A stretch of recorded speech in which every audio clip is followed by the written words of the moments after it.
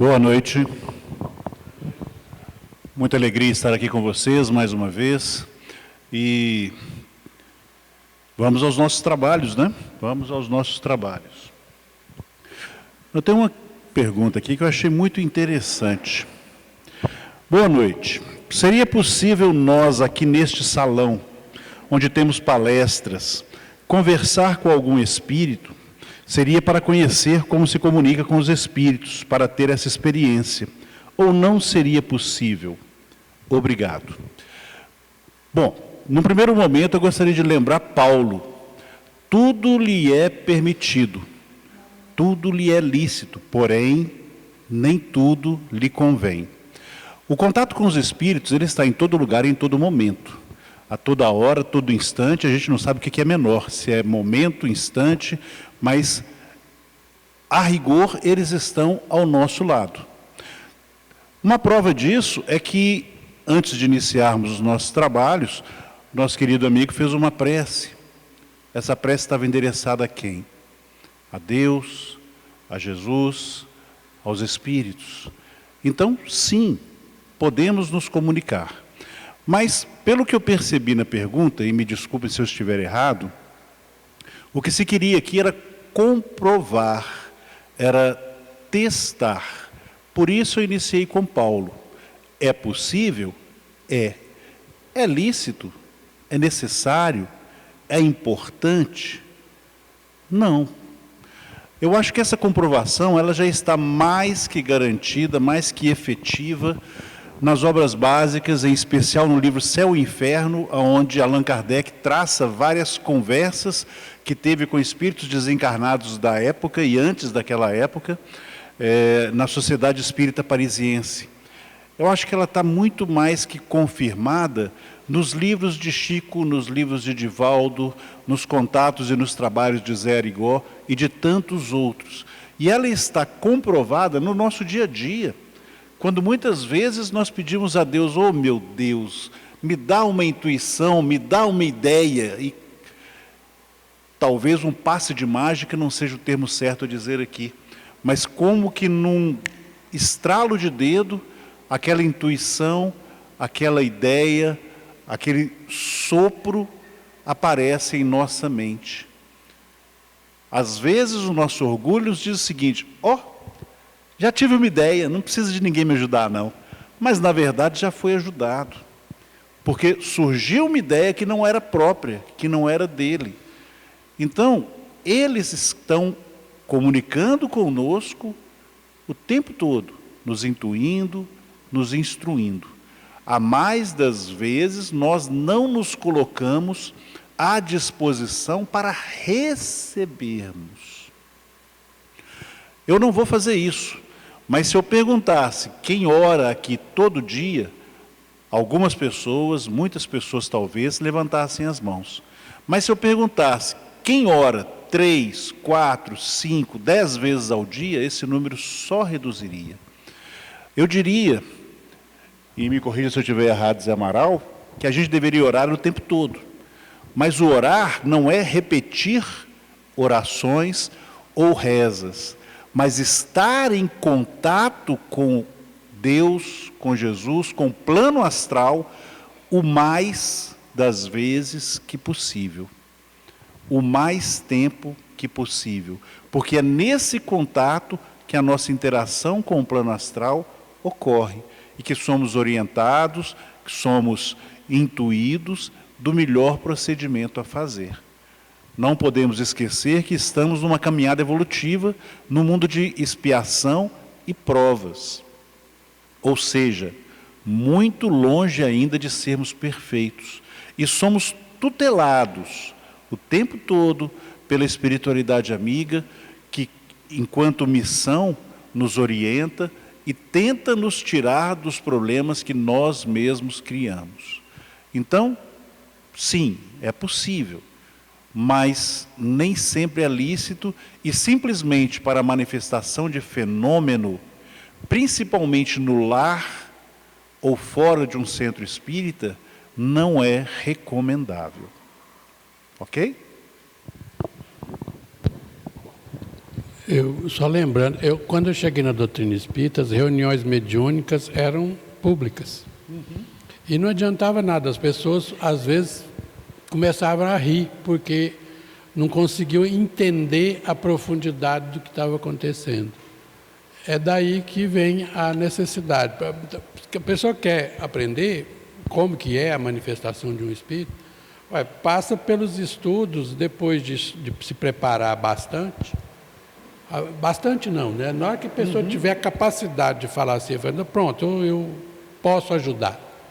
E aí, o trabalho de ajuda, os grupos mediúnicos geralmente estão precisando de tarefeiros. Independente de serem médiums, né? Independente de serem médios de sustentação. E aí a pessoa vai participar. O que acontece numa reunião mediúnica não é secreto. Ela é preservada por questões de privacidade dos espíritos que estão se manifestando, das pessoas que estão trabalhando e de preparo. Uma pessoa despreparada atrapalha mais do que ajuda. É a mesma coisa. Na minha área, quando eu era jovenzinho, a minha área era laboratório de química. Obviamente eu não podia deixar, e eu era professor de uma escola de química, eu não podia deixar alunos despreparados entrar dentro de um laboratório sem passar para eles todas as regras de um laboratório. Não pode misturar substâncias, não pode fazer isso.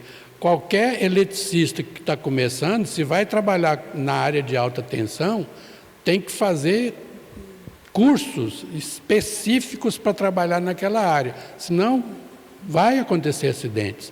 Na doutrina espírita é a mesma coisa. Num hospital, ninguém vai chegando e entrando numa sala cirúrgica. Tem que aprender primeiro os procedimentos, o que vai fazer lá dentro, se é útil, se não é útil, se vai ajudar ou se vai atrapalhar. É a mesma coisa. Doutrina espírita, no campo da mediunidade, é muito respeitoso nesse aspecto. Mas está liberado para qualquer um que queira realmente prestar ajudas e trabalhar nessa área. E a perguntinha minha aqui é fácil de responder, porque é a mesma coisa da gente aqui encarnado. Como os espíritos se comunicam entre si no plano espiritual? Do mesmo jeito que a gente se comunica aqui. Aliás, aqui a gente está treinando a comunicação, que às vezes pode até ser não verbal. Um casal que está convivendo há mais de 30 anos, não precisa falar nada, não. Basta chegar em casa, a pessoa já olha o calcanhar da comadre e fala assim, nó. Já vem todas as informações telepaticamente, através das emoções, através dos sentimentos, você já aprende a ler o outro. No mundo espiritual é assim também. Eles podem escrever, podem falar fisicamente, né, no mundo espiritual, podem simplesmente telepaticamente se comunicarem, podem pelas sensações, pelos símbolos, pelos sentimentos. Eles se comunicam de todas as maneiras possíveis e imagináveis. É por isso que nós estamos treinando aqui, ó. Nós estamos treinando a comunicar e fazer uma boa comunicação. E isso é muito sério. Nós deixamos de ensinar os nossos filhos, às vezes, a se comunicarem. E para um filho, para os nossas crianças que estamos educando agora, a gente precisa de ensiná-los a ler muito, porque para pensar a gente precisa de palavras. Você não aumenta o estoque de palavras, você não tem como pensar e nem como falar. É por isso que fica difícil você falar uma frase, duas frases, né? Observe a linguagem dos jovens. É por isso que é preferível, né, escrever através de emojis, né?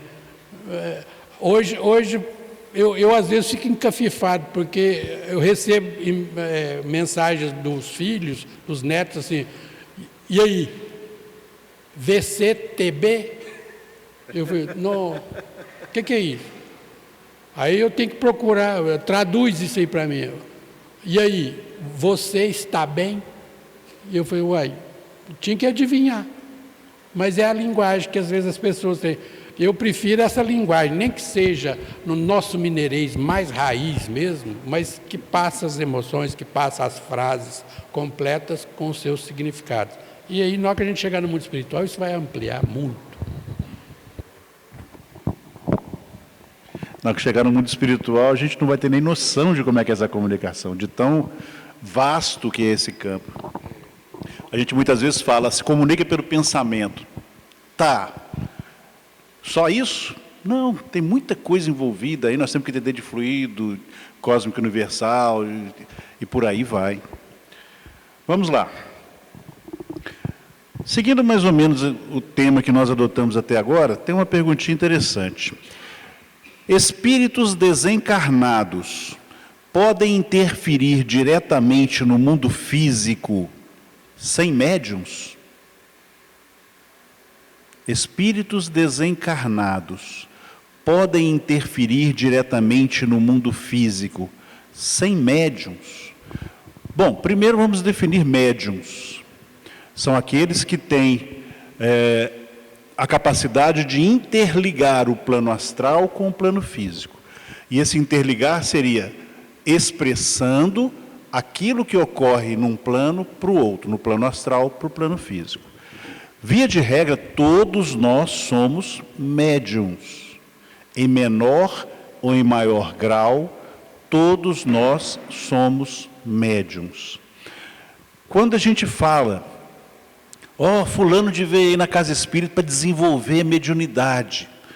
Na verdade, a mediunidade você não desenvolve no sentido de, eu tenho um tiquinho de mediunidade e agora eu quero ter um tantão de mediunidade. A mediunidade que cada um tem, o termo desenvolvimento que é usado é no sentido de saber usá-la, saber aproveitar a mediunidade que tem no mais amplo espectro possível. Então eu tenho que ter a consciência do que é, como funciona e como eu utilizo. Isso é o desenvolvimento da mediunidade. Então muitas vezes alguém diz assim, eu não tenho mediunidade nenhuma. Aí de repente, senti um arrepio aqui, não sei o que é isso, acho que a janela está aberta. Ele tem mediunidade, ele só não sabe que tem, não sabe como usar, não sabe como entendê-la. Aí cabe a questão do desenvolvimento mediúnico. Bom, por que eu estou falando isso? Porque como é que Kardec conheceu e a partir daí se deitou sobre a questão espírita, a questão dos espíritos?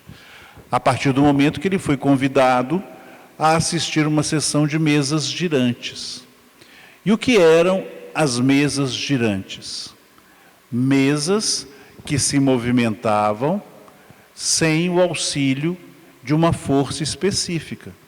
De uma força, tirem a palavra específica, por favor, e coloquem uma força visível.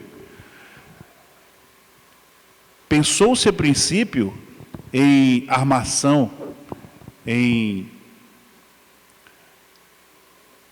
fugiu a palavra, mas que aquilo não fosse o que se apresentava, que aquilo não fosse algo espetaculoso, mas que alguém estivesse preparando o ambiente para que as mesas pulassem, mexessem, batessem, dando sinais e dando respostas. Ele mesmo, Kardec, observou que as mesas não tinham fios e não tinham nenhum mecanismo que as fizessem mexer. Então, a partir do momento que elas davam uma resposta, ele deduziu que se para cada consequência existe uma causa, para cada consequência inteligente existe uma causa inteligente. E a partir daí conheceu-se, descortinou-se a doutrina espírita. Bom, as mesas são matérias e através dos espíritos, elas se movimentavam e elas respondiam. Irmãs Fox, nos Estados Unidos, a mesma coisa. O barulho, o estampido, o estralado que se escutava nas madeiras daquela casa antiga, foram forçadas, foram emitidas através da força de um espírito sobre a matéria. Bom, qualquer espírito, entendemos que os espíritos de desenvolvimento mais denso, menos evoluídos, eles têm uma maior facilidade para isso, até porque os espíritos mais evoluídos não se prestariam a isso. Não se prestariam a ficar estralando estralando paredes e movimentando mesas. Mas isso comprova que o espírito pode exercer ação sobre a matéria. Um outro exemplo disso é a escrita direta. Nós temos a escrita psicografada, aonde um médium, através do exercício de uma sintonia com o espírito, consegue trazer textos daquele espírito.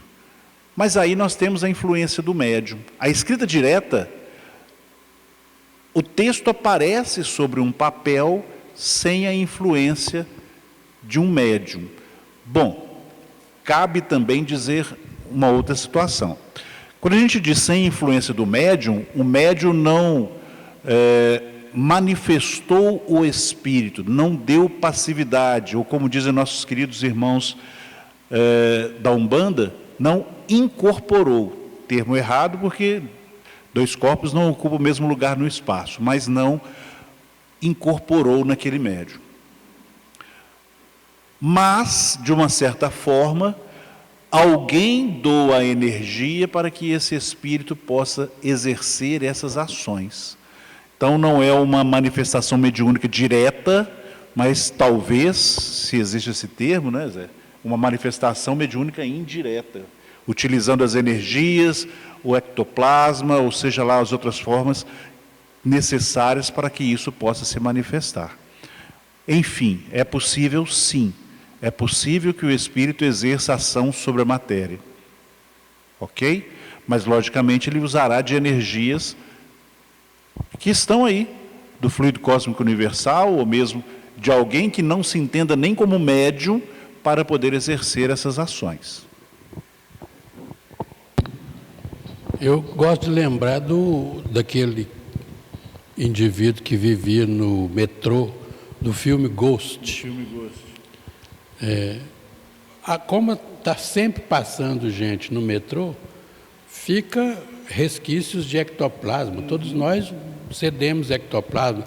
Na nossa respiração, às vezes, algumas pessoas têm capacidade de ceder mais ou menos, e eles aprendem a utilizar essas energias para fazer os efeitos físicos.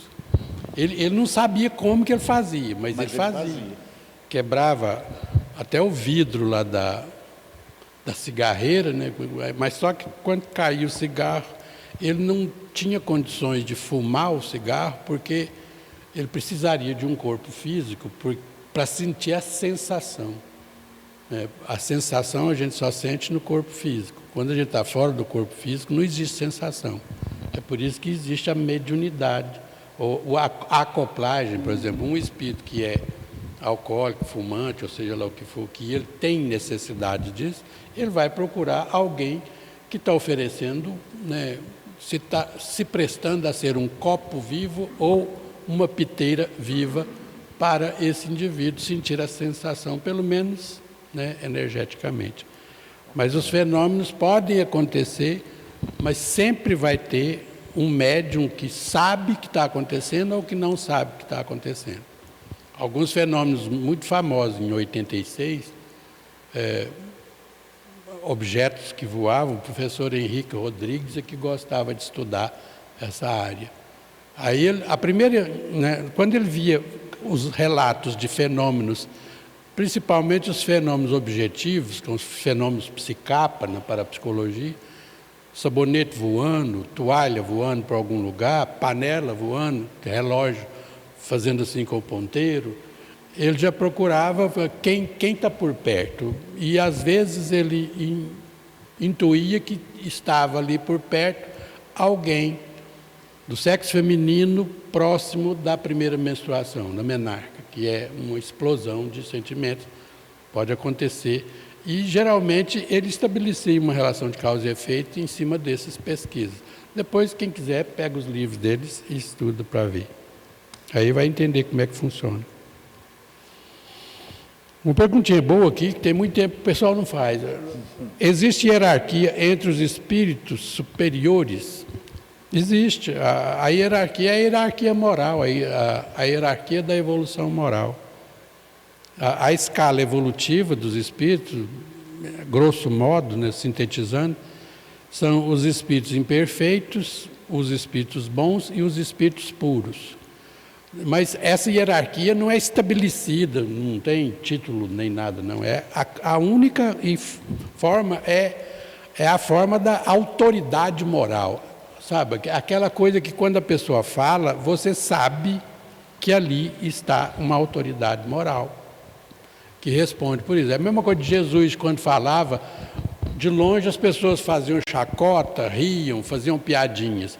Mas na hora que se aproximavam de Jesus, o halo energético dele, aí todo mundo parava e falava, ele fala como quem tem autoridade. Ou seja, é aquilo, você convence pelo seu modo de apresentar a evolução intelecto-moral que você apresenta. E não precisa de ninguém colocar, não precisa de ninguém dar carteirada para isso não, porque isso aí já está estampado na energia que emana da pessoa nessas condições.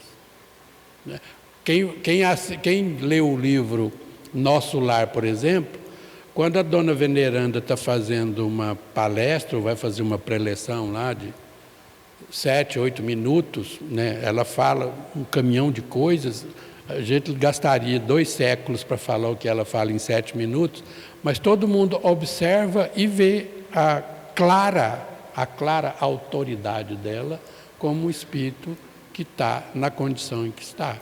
Essa é a maravilha. Existe hierarquia, mas é uma hierarquia informal, no sentido assim, especificamente por causa da evolução espiritual.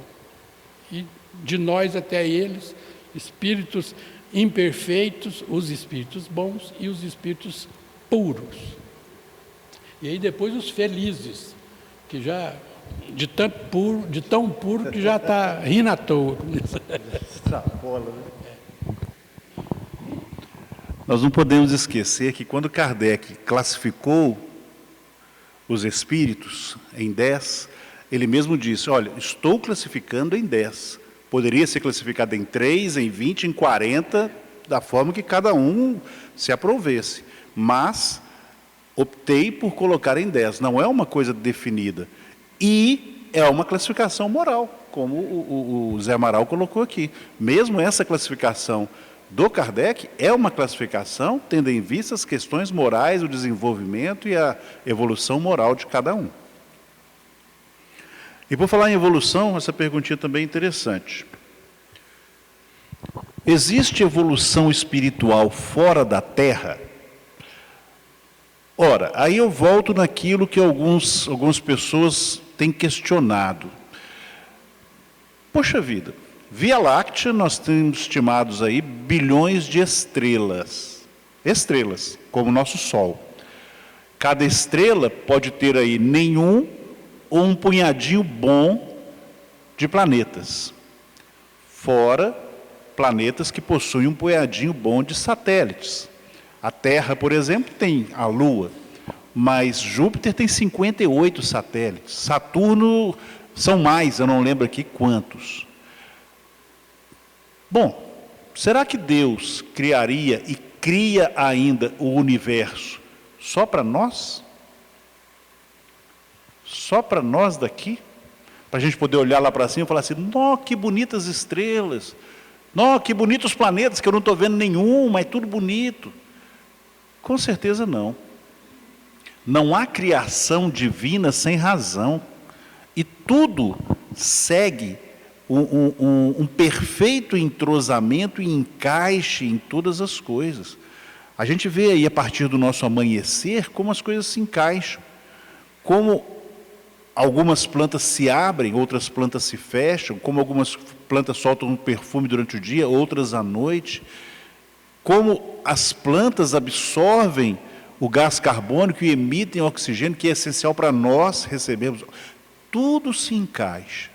Por que então os planetas, as estrelas, seriam apenas ornamentos de céu.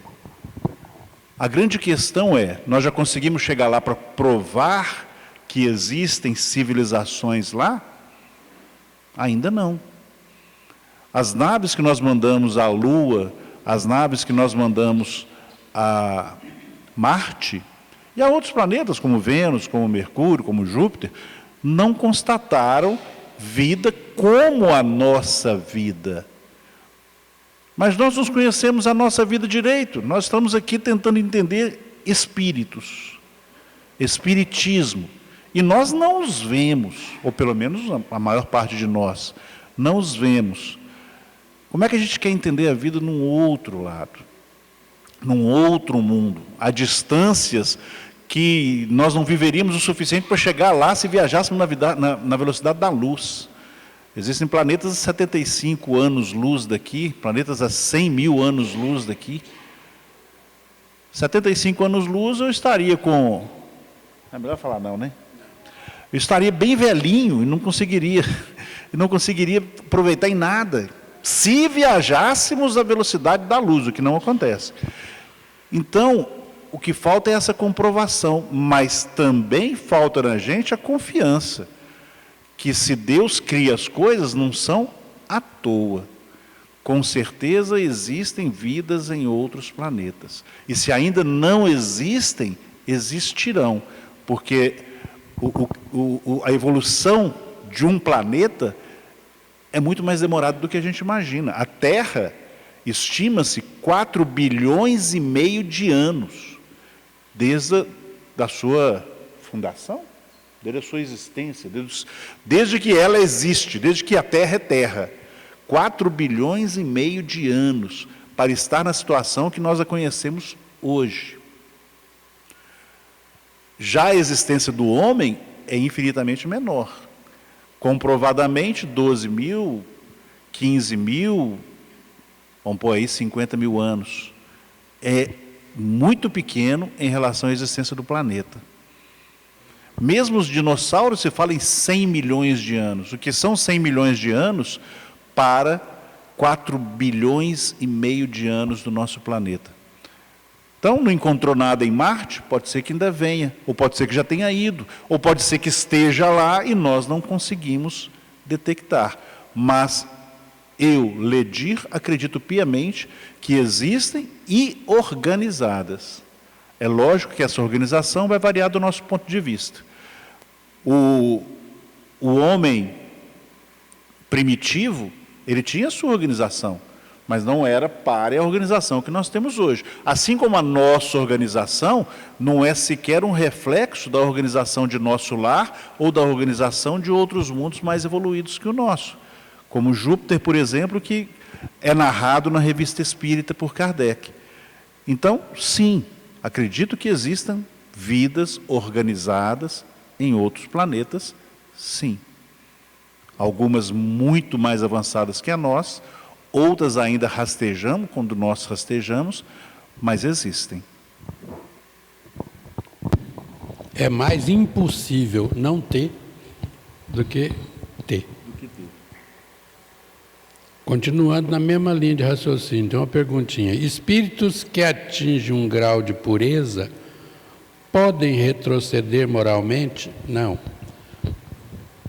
A evolução moral, intelectual e moral é sempre ascensão. Nunca se retrocede. Você pode estacionar por desejo de alguma tarefa, alguma coisa. Você mantém mais ou menos firme ali num determinado momento, porque isso vai ajudá-lo a evoluir. Mas é um processo evolutivo, é sempre ascensional. Não há como o espírito retroceder depois que atinge um grau evolutivo intelecto-moral. Isso é patrimônio do espírito. Às vezes as pessoas confundem que, por exemplo, narram nos livros, né, que habitantes de um outro sistema vêm para a Terra e lá eles eram evoluídos num determinado ponto. Na hora que chega aqui na Terra, pega um mundo primitivo. Não, eles não retrocederam. Tanto é que a contribuição que eles deram para nós, em termos de compreensão da natureza, às vezes eu fico impressionado de ver com certas coisas, por exemplo, que a gente estuda, principalmente na filosofia e no desenvolvimento da ciência humana. Erastóstenes, só para dar um exemplo que vem na minha cabeça, Erastóstenes calculou a curvatura da Terra e o diâmetro da Terra caminhando 800 quilômetros e vendo a sombra num poço, a sombra solar num poço. Eu fico impressionado de ver onde é que esse cara tirou isso. O cara olha uma sombra aqui e aí depois ele anda 800 quilômetros e vai lá e mede naquela outra distância, calcula aqui e tal, e a medida que ele encontra é quase que a medida que hoje está em vigência. Tal grau de perfeição. Isso 400 anos antes de Cristo, se não me engano, Erastóstenes. Então tem certas coisas, esse cara não era daqui. Com certeza não. Esse cara não era daqui de jeito nenhum. Esse cara veio importado e trouxe todas as suas bagagens espirituais para aplicarem aqui para nós. Quantos gênios na história da humanidade a gente viu nesse naipe? E isso é exatamente, para mim, é um alento a gente saber que o universo é tão grande, mas tão grande que eu não dou conta de mensurar na minha cabeça o que é. Eu me lembro do Chico Xavier, mas toda vez que fala nisso, no tamanho do universo, eu lembro de Chico Xavier que ficava querendo saber como é que era o universo. Um dia o Emmanuel chamou ele, eu acho que o Emmanuel estava com paciência esse dia. Ô Chico, pegou ele no sono físico e falou assim, ô Chico, vem cá. Tirou ele do corpo e falou, vamos que eu vou te mostrar onde é que o universo aparece. Aí começou a viajar. Viu a Terra distanciando, viu o sistema solar distanciando. Na hora que começou a chegar nas nebulosas, aqui, Chico, as nebulosas começam a repartir aqui, e o Chico olhando aqui, tudo maravilhado. Aí ele virou para o Emmanuel e falou, ô, Emmanuel, vamos embora, eu estou doido de beber um café. É mais ou menos isso.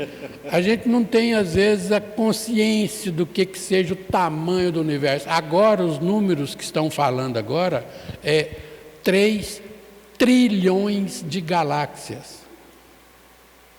O que é uma galáxia? Uma galáxia de Via Láctea, para você atravessar ela de um lado para o outro, você gasta 100 mil anos. É 100 mil anos-luz, para você sair de uma ponta atravessar na outra. Se vocês quiserem fazer um especial, nós saímos da porta do santuário. Vamos pegar 5 horas da manhã, amanhã, que a gente já anda bastante. Como é anos-luz, é patrocinado pela CEMIG, né? E anos-luz significa que a luz viaja 1 ano na velocidade da luz, que é 300 mil quilômetros por segundo. Vai lá em Curitiba e volta 2.000 quilômetros. 150 vezes ir em Curitiba e voltar, enquanto eu faço isso. Foram? Essa é a velocidade da luz. A nossa Via Láctea, só a nossa Via Láctea tem 100 mil anos-luz. Ou seja, nessa velocidade, 300 mil quilômetros por segundo, você vai ter que viajar 100 mil anos. E depois que você acabar de chegar na beirada da nossa Via Láctea, aí você tem mais 2 trilhões, 999 bilhões, 999 mil e 999 galáxias pela frente. Que podem ser maiores ou menores. Vamos parar, vamos beber um café.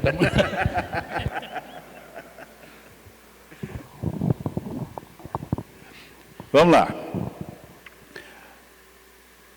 Eu vou ser sincero, eu vi essa pergunta aqui e eu falei, será que eu sei responder isso?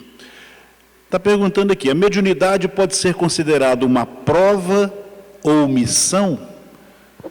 Bom, ou ambas? E eu diria, e será que pode ser considerado também uma bênção? Por quê?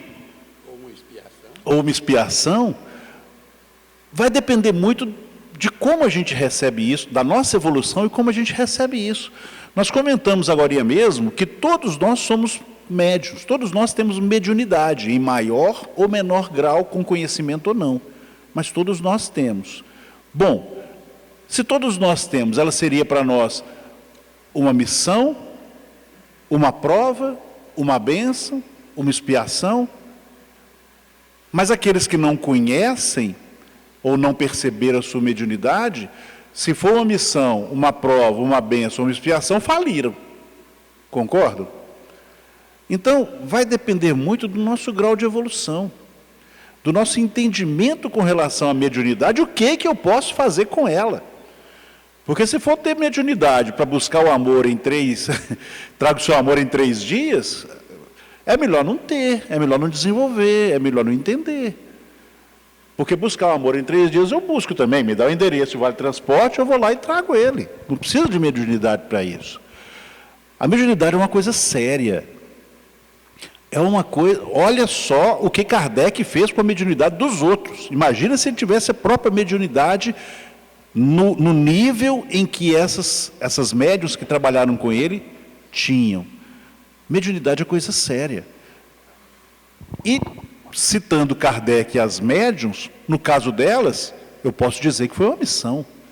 A missão de codificar e trazer a doutrina espírita para nós. Para aqueles que estão usando de uma maneira errada, por exemplo, trazendo o seu amor em 3 dias, ela pode ser uma expiação, uma prova. Para aquele que trabalha com a mediunidade, numa reunião séria, buscando ajudar aqueles espíritos, sofredores ou não, que precisam dessa comunicação, para poderem caminhar também na sua evolução. Para aquele que exerce essa mediunidade em prol dessas pessoas, é uma bênção e uma missão. E uma prova, porque ele pode em determinado momento falar assim, ah não, hoje é aniversário da minha filha, então eu não vou lá na reunião mediúnica não. Ah, hoje eu estou com dor de cabeça, eu não vou na reunião mediúnica não. Como se ele, enquanto médium, não devesse saber que muitas vezes esses efeitos físicos que ele sente, uma dor de cabeça, uma dor no corpo, uma dor no ombro, pode ser inclusive uma influenciação da sua mediunidade. E aí nós cairíamos como uma expiação, porque ele está purgando coisas que poderiam ter sido feitas por ele anteriormente. Então, eu acho que a mediunidade, para mim, que sou médium, é uma bênção, porque eu busco exercê-la da melhor maneira que me é possível. Mas é uma prova, porque se eu não fizer isso corretamente, eu posso falir. Não deixa de ser uma missão, visto que eu tento, através desse exemplo, beneficiar a tantos quanto forem possíveis. E não deixa de ser uma expiação, porque eu sei lá o que eu aprontei no passado, que me deram uma mediunidade para eu exercer no presente. Então ela é tudo.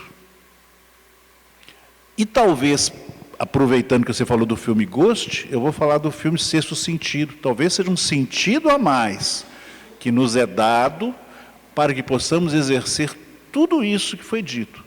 Bênção, prova, missão, expiação, e se couber mais alguma coisa nessa sacola, pode pôr, porque a mediunidade é algo que a gente devia conhecer melhor, e dentro da possibilidade e capacidade de cada um, exercer e beneficiar aqueles que forem possíveis. Toda missão e prova ou expiação, quando é cumprida a contento, se transforma numa missão, porque vai servir para alguém como exemplo benéfico. Bom, às vezes uma pessoa está passando por uma expiação e está expiando perfeitamente, maravilhosamente. Quem está perto olha e fala assim, nossa, mas como é que aguenta tanto sofrimento? Isso significa que naquele momento, a capacidade que a pessoa tem de expiar bem, de bem com a vida, é um missionário na frente das pessoas que admiram o jeito que ele está passando pela prova ou pela expiação. Existe livre-arbítrio absoluto segundo o Espiritismo? Não, o livre-arbítrio é sempre relativo. Primeiro porque olha o tamanho do universo, a gente não tem. Se o livre-arbítrio fosse absoluto, eu simplesmente falo assim, eu quero ir agora na galáxia de Andrômeda, beber um café lá. Não dá, não vai dar. Eu quero ir na Lua, não vai dar. O livre-arbítrio é de acordo com a sua capacidade evolutiva. Quanto mais a gente evolui, mais a gente tem o livre-arbítrio e, por isso, a gente aprende a utilizar o livre-arbítrio de forma sensata, mais coerente com as leis divinas. É por isso que uma pessoa muito atrasada, o livre-arbítrio dela é restrito. Por quê? Porque o que ela faz é maldade com ela mesma e com todo mundo que está em volta. Então, obviamente, a sua capacidade de livre-arbítrio é menor. Tanto é que a própria lei humana trata disso. Uma pessoa que abusa do livre-arbítrio e invade e viola o espaço de vida do outro, ora, a gente pega ele e arquiva por um determinado tempo para aprender a conviver em sociedade. É assim que a gente funciona. O que a gente chama de educação para a doutrina espírita é basicamente isso, aprender a utilizar o livre-arbítrio de forma sensata.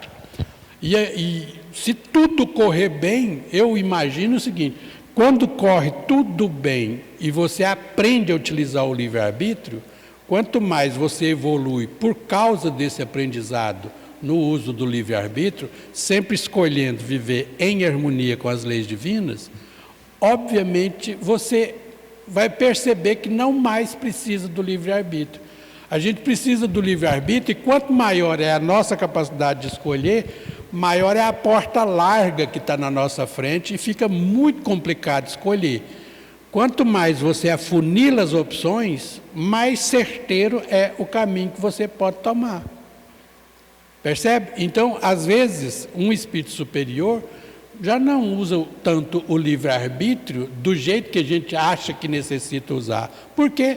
Porque para ele é tão natural, normal, é autônomo na escolha, sempre em harmonia com a lei divina. Portanto, não tem problema nenhum. Eu classifico isso como aquela fala de Paulo, que no final da vida dele, fala, já não sou eu quem vive, é Cristo que vive em mim. Ou seja, ele já não tinha mais escolha. A escolha dele era a escolha de Jesus, a escolha que Jesus deu a ele. Viva assim. E ele viveu do jeito que Jesus ensinou. Fim. Nesse momento aí a gente entende o que significa a nossa relatividade do livre-arbítrio.